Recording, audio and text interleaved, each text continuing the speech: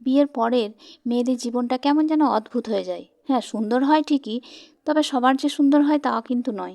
সুন্দর হলেও কিন্তু অদ্ভুত। সবাই বলে স্বামী ভালো হলেই শ্বশুরবাড়িতে থাকা যায়, শ্বশুরবাড়িতে মানিয়ে নেওয়া যায়, মেনে নেওয়া যায় সব কিছু। স্বামী ভালো না হলে থাকা অসম্ভব। আমার ক্ষেত্রে কিন্তু ঠিক তেমন বলা চলে কিনা জানি না, তবে আমার থাকা চলে। স্বামী সহ শ্বশুরবাড়ির সবাই কিন্তু খুব ভালো। তাদের আমি ভীষণ শ্রদ্ধাও করি, ভালোবাসি, আর তারাও কিন্তু আমাকে খুব ভালোই বাসে।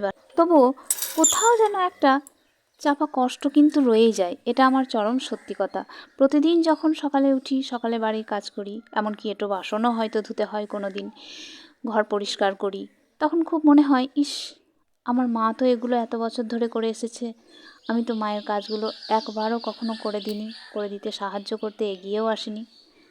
তখন খুব মনটা খারাপ হয়, আর তখন মনে হয়, ইস, মাকে যদি তখন একটু এই কাজগুলো করে দিতে পারতাম। আবার যখন শরীর খারাপ করতো মায়ের, তখন তো মা নিজেই সব কাজ করতো, তখন হয়তো বুঝতেও চায়নি যে মায়ের কষ্ট হচ্ছে। মাকে একটার পর একটা কাজের হয়তো কথা বলতাম, নিজের পছন্দ মতো না হলে হয়তো কখনো কখনো রাগারাগিও করেছি। এমনটা তো হয়েই থাকে, তাই না? বুঝতাম না যে মায়ের শরীর খারাপ করলে আমারই সব কাজ করে দেওয়া উচিত। সত্যি জীবনে মায়ের কোনো বিকল্প নেই। মা এক অসীম আনন্দ, অসীম ভালোবাসা, ভালো থাকা, আরও কত না জানি কত কিছু। আর তখন কেউ কোনো কথা জিজ্ঞাসা করলে, তখন বলতে বিয়ের আগে, অনেক আগে, তো জিজ্ঞাসা করলে ভাবতাম যে একবারের বেশি যেন দুবার উত্তর দেব না, কেমন একটা বিরক্তি ভাব আসতো। কিন্তু এখন ঠিক তার উল্টো।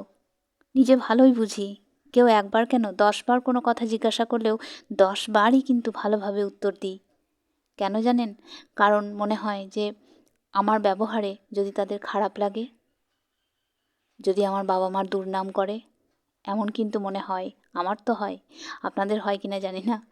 তারপর আবার তাদের শিক্ষা নিয়ে যদি কোনো কথা হয়, কোনো প্রশ্ন ওঠে, এরকম কিন্তু মনে হয়। আর সেই কথা ভেবেই কিন্তু সব সময় ভালো ব্যবহার করার চেষ্টাও করি এবং সবাইকে ভালো রাখার চেষ্টাও করি। সর্বোপরি এটা মাথায় রাখতে হয় যে আমাদের ব্যবহারে যেন কারোর কোনো খারাপ না লাগে। কারোর বলতে আমাদের নিজের ফ্যামিলির কথা বলছি অবশ্যই। সবাই বলে বিয়ের পর নাকি শ্বশুরবাড়ি নিজের বাড়ি হয়ে যায়, এই বাড়ি নাকি আমার বাড়ি। এটা ঠিক, এ বাড়ি আমি আপন করে নিতে চাই, এটা কিন্তু 100% ঠিক। কিন্তু 100% কি আর মানিয়ে নিতে পারি? ওই যে কোথাও একটা ভয় কিন্তু কাজ করে। এটা আমার একান্ত নিজের অনুভূতি, আমি শেয়ার করলাম। এই বুঝি আমার কোনো ভুলে কারোর মনে কষ্ট হলো। তবে আমার শ্বশুর শাশুড়ি কিন্তু তেমন মানুষ নন, অবশ্যই তারা খুবই ভালো। শুধু তারা কেন, পরিবারের সবাই খুব ভালো। কিন্তু তবুও এটা কিন্তু হয়, এটা আমার মনের কথাটাই আমি শেয়ার করলাম।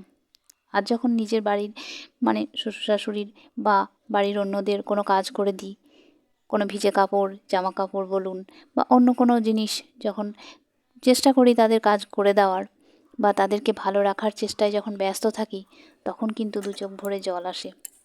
কষ্ট হয় মনে, মনে হয়, ইস, যদি নিজের মায়ের যত্ন এইভাবে একবারও নিতে পারতাম। কখনো তো মায়ের জন্য করতে পারিনি।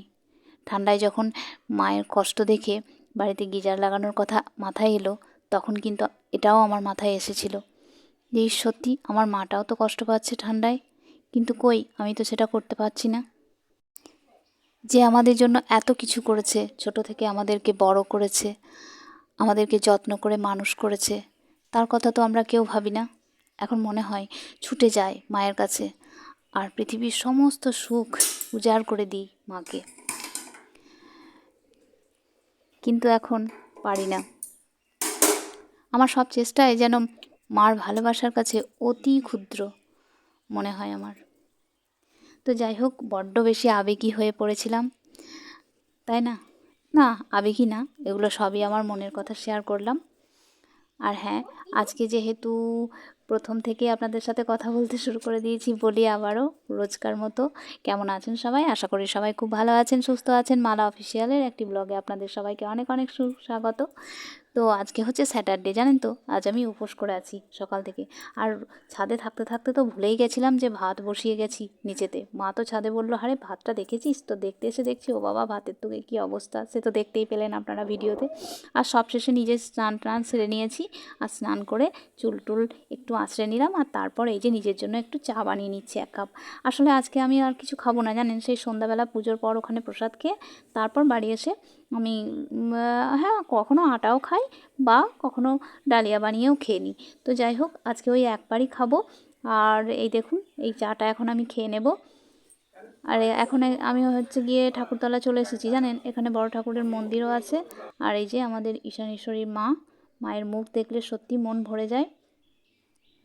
এই যে মায়ের মায়ের মুখটা আমি আপনাদের সাথে শেয়ার করছি, দেখুন। তো তারপর এখানে পুজো দিলাম, আর এখানে আমার আরও অনেক বন্ধুরাও আসে। তো তাদের সাথে আলাপ হয়ে যায়, দেখা হয়ে যায়, বেশ ভালো লাগে তাদের সাথেও গল্প করে কাটিয়ে দিই একটু। তো যাই হোক, আজকের ভিডিওটা এইটুকুই, টাটা।